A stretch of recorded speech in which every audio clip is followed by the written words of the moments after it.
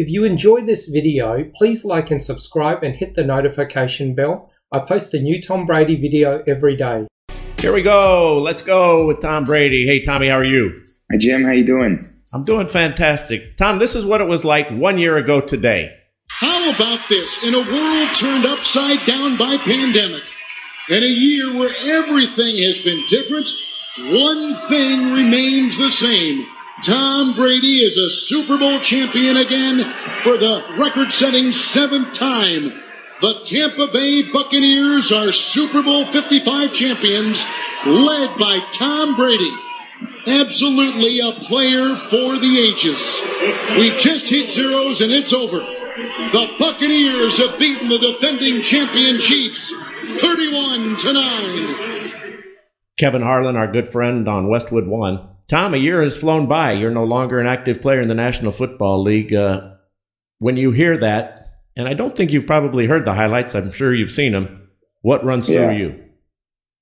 Yeah, I mean, even just hearing that, it brings back, because it wasn't that long ago. I mean, a year ago, being in that position and being in Tampa the night before the game, and obviously that game ending the way it did, that was one of the great memories I've had in football. So it does go fast, and my 22 years have gone extremely fast, and that was one of several just incredible memories that I've been able to take with me. So, you know, you always want to be, you know, not to be cliche about it, but the man in the arena, because, you know, you're out there trying to get the job done. And when you commit to your teammates and you commit to your team and you do everything it takes to get you to that moment and you accomplish it, it's a feeling unlike anything you'll ever experience in your life. So it's just, what a blessing for me to have that experience and several others along the way. And, you know, I had so much support. And I even said, you know, when I wrote something on my social this week in my retirement post about playing for the team on the, you know, the name on the back of your jersey, which is your family, and the name on the front of your jersey, which is your team. And you know, you carry all those people with you when you experience the highest of highs and unfortunately some really low points too, but they all make you stronger in the end. And when I look back over the course of my career, I just have nothing but the best memories of the sport. And I'm just very grateful to all the people who helped me along the way. Tom, last Tuesday you wrote in your post that football is an all-in proposition. It takes the physical, mental, and emotional aspect to coincide every day, and that you're no longer willing to make that commitment anymore, that you want to focus on other things. What led you to that decision? Because you have said that you would leave when you suck, and you don't suck. You led the NFL in every statistical category that matters for a quarterback this year. There are a lot of other people in the, you know, some players who don't, it doesn't necessarily have to be all in for them, you know, and I guess I've seen that quite a bit over the years, but I've always felt for me, that's how I had to do it. And, you know, my teammates know that I give them everything I can. My coaches know that. And it's certainly not that I can't do that. And it's certainly not that I can't play or continue to play. But I think there's an important choice for me to make, you know, and I think the choice is, you know, everything certainly comes at a cost. And the cost is, what am I missing out on other aspects of my life, and things that are, as you get older, you experience things that are outside of the sport that demand a level of attention and energy that football has always gotten. And, you know, it's time for me to commit to those types of things. And, you know, a lot of things have come up over the years in the last 10 years of my life as I've got closer to this decision this last week. And it just, in the end, felt like it was just the right time to do it. And, you know, I think for anyone who loves the sport, like I have over the years, it'll always be there in my heart, and, you know, as it should be, because I've committed a lot of time and energy and hours to it. But at the same time, there's a time and place for everything. And I've had an amazing time and place doing it. And I am really excited for what's ahead. And I don't know what that means or where it takes me, but I know that it'll be fun and exciting. I'm going to make the most of, you know, whatever opportunities present themselves as I go forward. You don't do something for 35 years of your life and reach the heights that you reach and then just come to a decision like this overnight. Can you take us through the process which led you to this? Did age factor into this at all, or is it simply that there are other things now, your family and other considerations? Or did age at some point say, you know what, I'm 44 years old, getting hit by Von Miller and Aaron Donald and all of these guys, this kind of hurts. And it hurts a lot more now than it did when I was 26. No, Jim, I don't think that's what it is. I don't think it's, a physical thing. I mean, it does require a lot of time and energy. That's just the nature of football. And if you want to be good at it, you got to commit all the time and energy you can to it. I always think when I'm playing football during the season, I'm like, I've been to the Kentucky Derby a lot. So I look at those horses and they have the blinders on, and you literally are just running full speed as fast as you can, for basically the entire season. And there's no time to look right or left. And there's a lot of things that are happening in your life that, because you don't look right or left, you're still looking straight ahead, that you miss some things.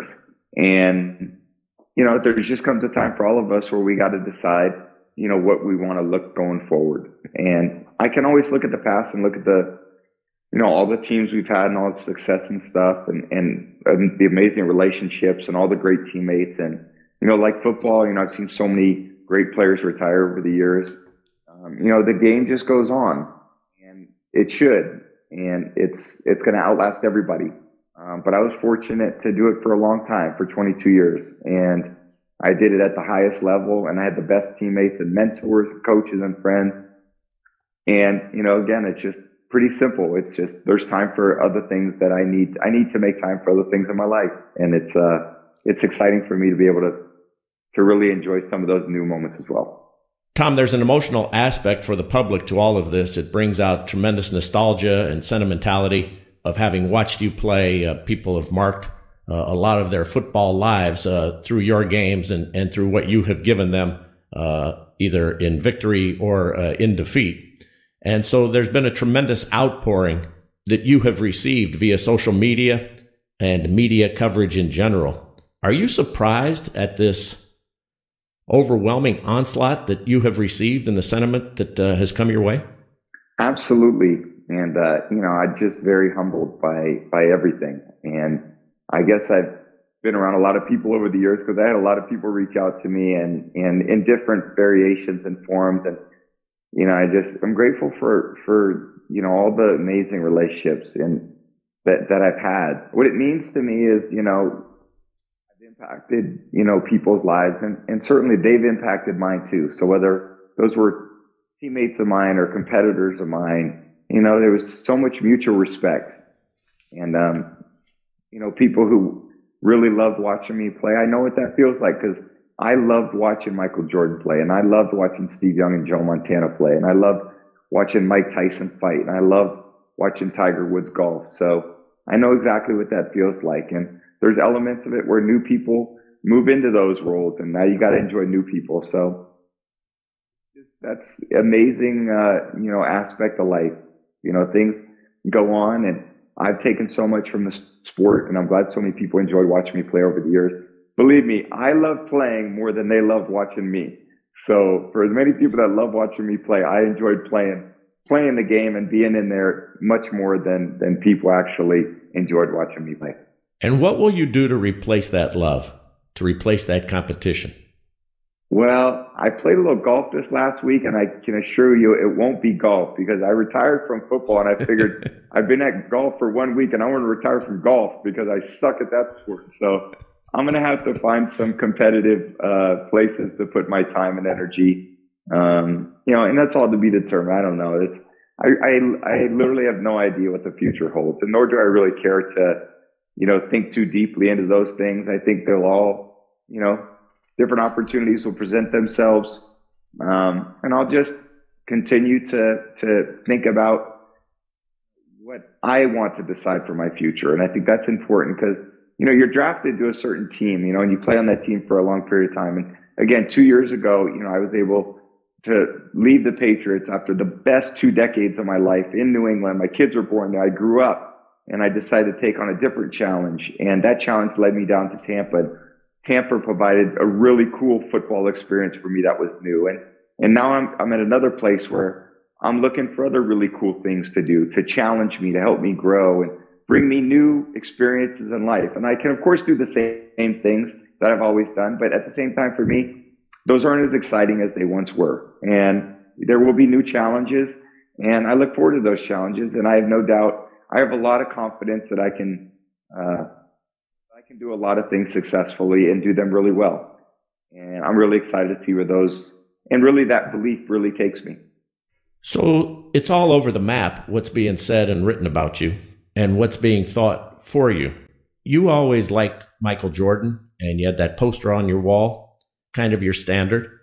He came back. Muhammad Ali came back. Mike Tyson came back. So inevitably, some quarterback's going to get hurt or not perform at the level, and it's going to start in July in training camp. It's going to go again in September and probably again in October and November. How are you going to entertain those thoughts, and would you ever consider that? I'm just going to take things as they come. I think that's the best way to put it. And I don't think anything never, you never say never. And, at the same time, I know that I feel very good about my decision. So I don't know how it feels 6 months from now. It may change. It most likely won't. But, I try to make the best possible decision I can in the moment, which I did this last week. And again, I think it's not looking to, reverse course. I'm definitely not looking to do that. But in the same time, I think you have to be realistic that you never know what challenges there are going to be in life. And again, I love playing. I'm looking forward to doing things other than playing. That's as honest as I can be with you there, Jim. You just mentioned the word reversed course. And if ever a play perhaps reversed the course of your career, it's this one. Wilson is in the shotgun formation. Lynch will flank him to his left. 2 wide to the near side, 1 to the far. There's the snap. It's belt high. Quick throw. It's intercepted at the goal line. It's intercepted by Malcolm Butler. Malcolm Butler is intercepted Russell Wilson. 20 seconds left. The great Kevin Harlan on Westwood One calling Super Bowl 49 as the Patriots defeated the Seattle Seahawks with that big interception by Malcolm Butler. Did that play, for lack of a better term, change your football lifetime? Oh, absolutely. And one of the all-time great plays in NFL history was that. And, the play that Malcolm made, it was an amazing game. And one of my favorite games that I've ever been a part of. One of the great opponents that I've ever played against in the Seattle Seahawks that day. Malcolm made one of the greatest plays in Super Bowl history. And I think to win that game, look, we had lost in 2007. We had lost in 2011. And then we won in 2014. And we had a pretty tough play that went against us. I'd say a very low percentage play that went against us in 2007. There was a low percentage pass that Eli threw and made it. Mario Manningham made an incredible catch that they made the play, and the percentages were against them on that play. And then the percentages were against us on the play Malcolm Butler made. So, that's sports. It's the margin between victory and defeat is very, very thin, especially in the biggest moments against the best opponents. So I was happy to be on the winning side of Malcolm's play. He's a great competitor. He worked his ass off to get to that point and, came through in the biggest moments, and that's what clutch players do.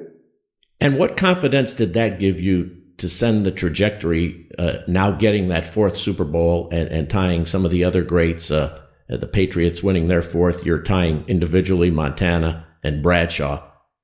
How much did that play catapult you with confidence to go get 5, 6, and 7? I don't know if I've ever thought about it like that. I think what I realized from winning that game in 2014 was how hard it is to win the Super Bowl, because in 2001 and 3 and 4, we won three or four pretty quickly. And then 10 years went by where you didn't win. And then I thought, man, am I ever going to win again? I'd gone in 07, and, we were an amazing team and lost to, a really good Giants championship team that played their best on that particular day that we lost to them. And with 2011, a really hard fought game that we lost in the Super Bowl against the Giants again. So then you go into the Super Bowl and you're like, damn, I don't know how this is going to go. But it hasn't gone very well lately. Make the play down there to the whatever 2 yard line, the back of your mind, you're going, I don't think this one's going to go well. And then next thing you know, Malcolm comes up with one of the most improbable plays in the history of the NFL. And I love the reaction, from me on the sideline. I jumped around I could never imagine being that excited. And I'm sure every Patriot fan was doing the exact same thing. This pure joy, living in the moment, just the purest emotions out there in front of the world to see. So that was a magical moment for all of us, and we earned it, and a really small margin of error. But you appreciate it when you're on the winning side, and you gain perspective when you're on the losing side. And I'm glad that one went our way. You talked about Manningham and Tyree and Malcolm Butler, but in this game of inches, in the blink of an eye and the snap of a finger, there was then this moment. From the New England 36, shotgun snap on 1st and 10. Brady rears back, line drive throw. It's deflected. It's up in the air. Edelman was diving for it near the 40-yard line. There is a fight for the ball. Edelman has come up with the ball. Edelman has come up with the ball on a deflected ball. It was batted in the air. It's a 23-yard pickup. Batted by Alford. A diving reception by Edelman.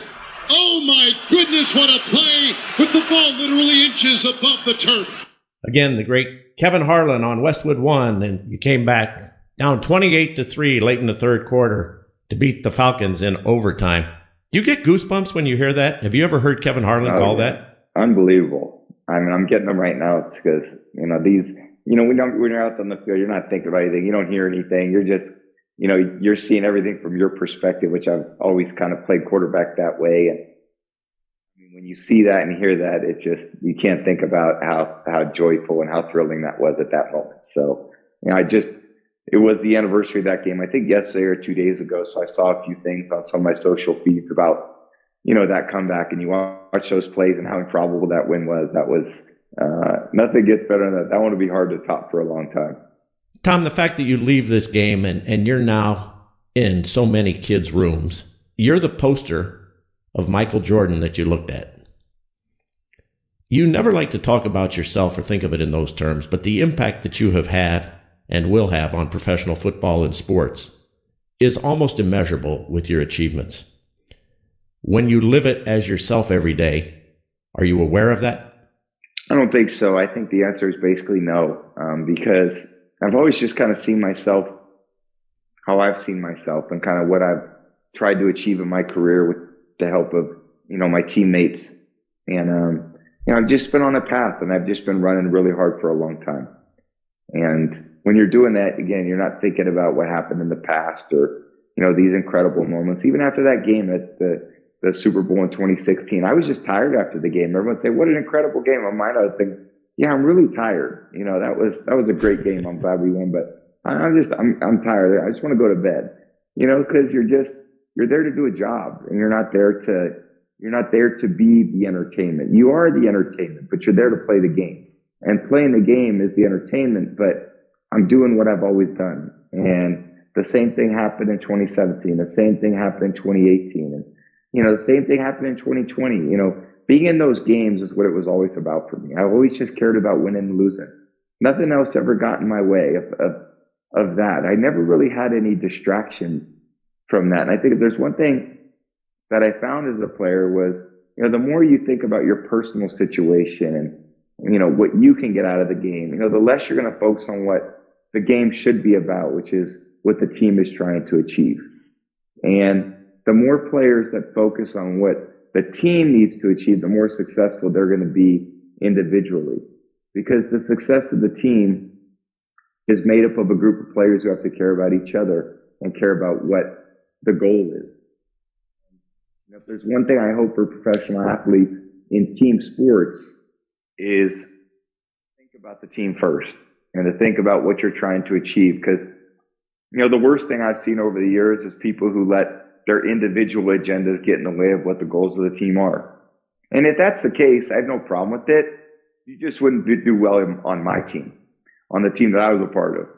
So you just gotta work as hard as you can every day. You got to put the team first, and you got to go out there and you got to give it your all. And when it's all said and done, that's what you're going to remember most. And that's what success really does mean. It means you gave everything you could. And it doesn't mean you won every game. It doesn't mean every game you were, perfect out there, but the process of trying to win and putting your team in a position to win, that's really where the joy comes from. It's not the wins and the losses. How did we do it? How did we get there? What did we do over the course of the week of practice and over the course of the month of January and February to put ourselves in a position to win the Super Bowl? What did we do in the offseason to put ourselves in a position during the season to win? Those are all the things that bring you a lot of confidence and self-confidence. That's what courage is all about. That's what hope's all about. That's what joy is all about. That's where those things come from, which are aspects of life. And if you're just so caught up in, how much money you make or, some personal accolade, I think you're leaving so much on the table in sports. The best part about sports is when you could have the type of relationships you have, so that when you achieve great things, friends that reach out to you are so happy for you.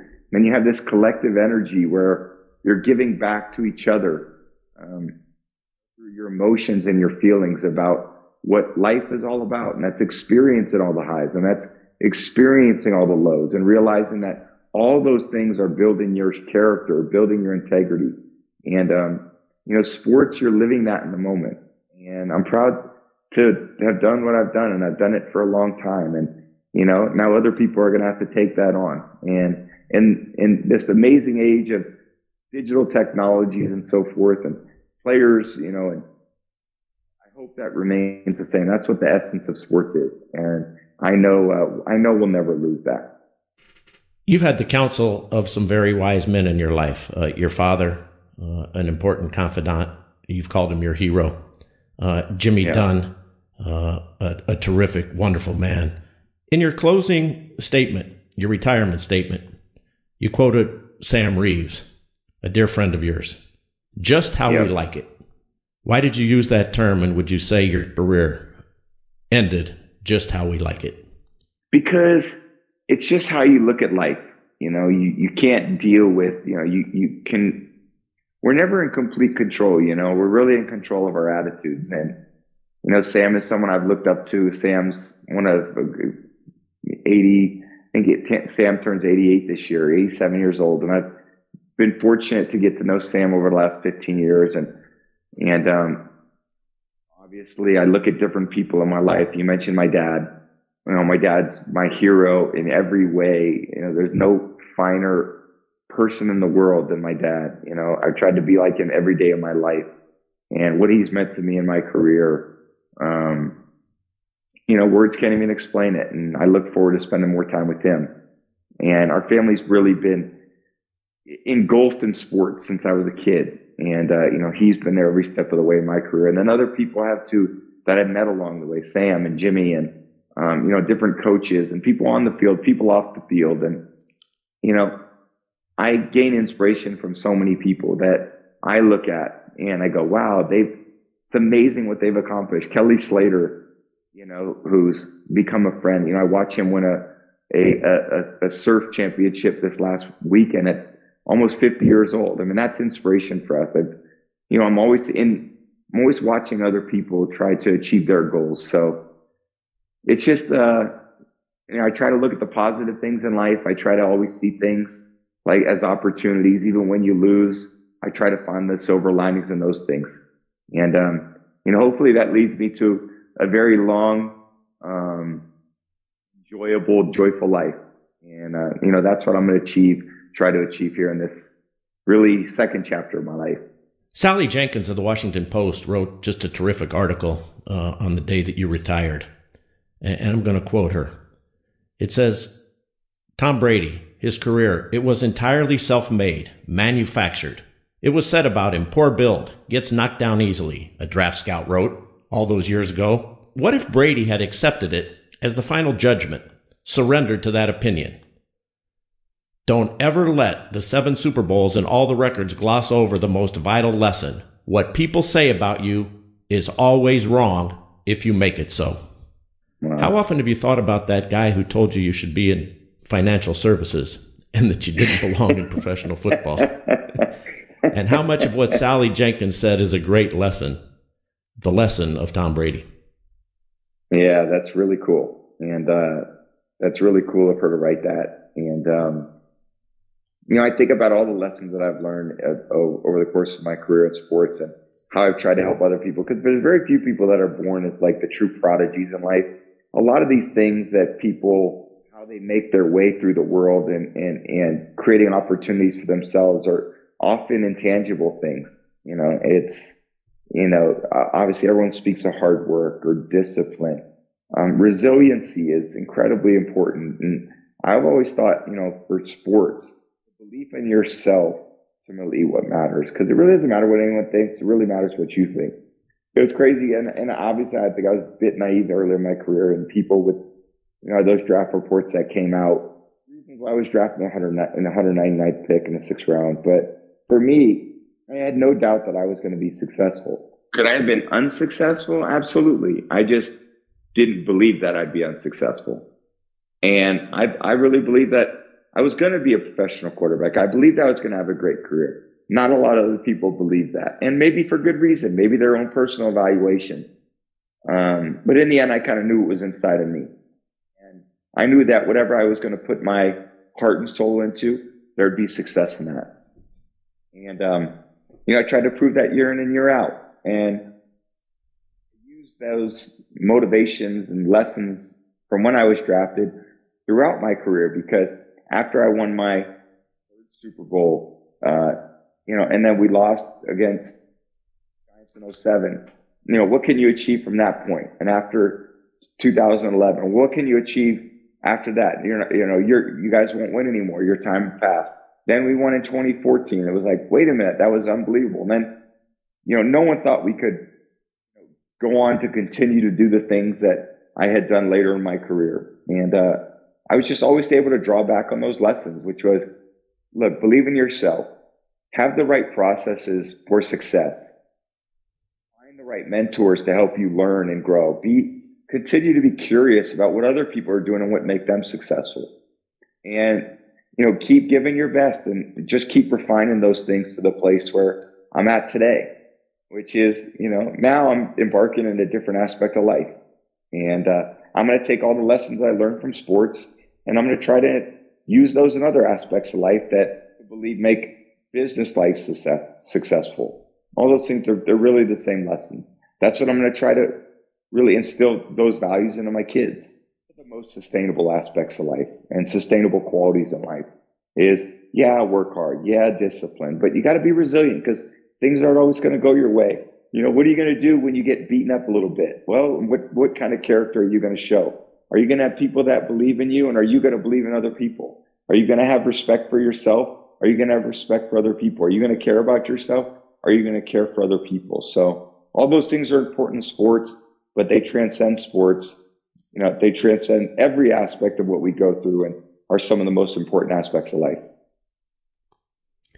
Really, really well stated. And Sally Jenkins closed her article by saying, had Brady listened to conventional wisdom, had he accepted the judgment of others about who and what he was, had he retired before the age of 40, as most quarterbacks are expected to, we would have missed the most crucial fact about him.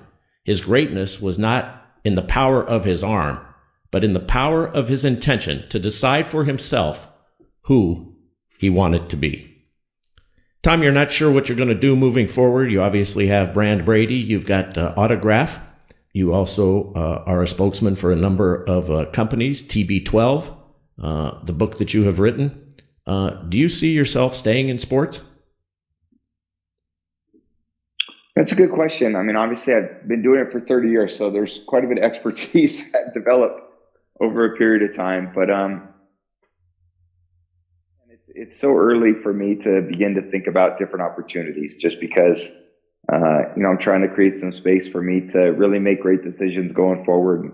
I'm not a young man anymore. I'm 44 years old, and there are different things that are presented as opportunities to me, and I'll evaluate all of them. And at the same time, I absolutely love sports. And if I can help people if I can help other athletes achieve their potential, there's a great reward in that for me. Because as I said, earlier in the week, I want to be able to give back to people in whatever form and fashion that takes. I'm up for it. I want to see that. I want to see other people do well and maximize their potential in life, whether that be an athlete, whether it be an entrepreneur. And so many of the lessons I've learned, I think I can apply to those people in those professions. So, I'm not sure exactly what the future looks like, but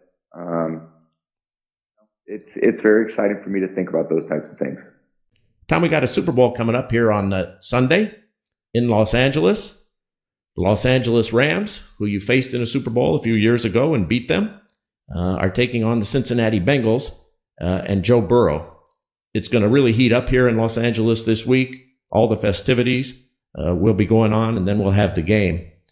What are your thoughts on this game? You've played against the Rams twice this year, and the defense is very formidable, going against a young guy who's basically in the position you were at the same age in Joe Burrow.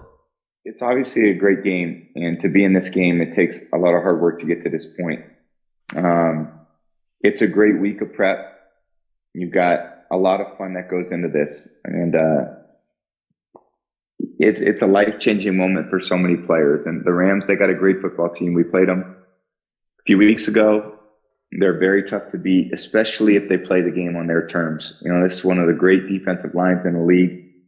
Cincy's really going to have to run the ball well in order to keep that pass rush from teeing off.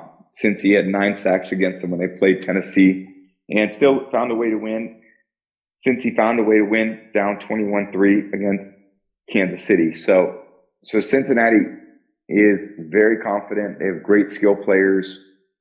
It's a really unique matchup. One young player, young organization, Cincy, that's really a young head coach, first time in one of these really big moments. And then you got the Rams, who were, different players, but they have a lot of players that was kind of in these moments a few years ago and have kind of been one of the teams to beat the last few years in the NFC. So, whoever handles the week the best, the preparation is really important.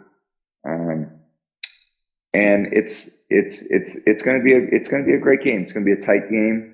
And, I don't think any of these teams are going to get away from one another, but there's some things that will happen earlier in the game, and the team that's playing with the lead is going to be, the team that has a great opportunity to win. I know that's, again, I always hate making predictions. That I never make predictions because 1 or 2 bounces can go someone's way, and all the things change. So I just look for a great competitive game. There's such a small margin of victory in all these games. It's a helmet catch.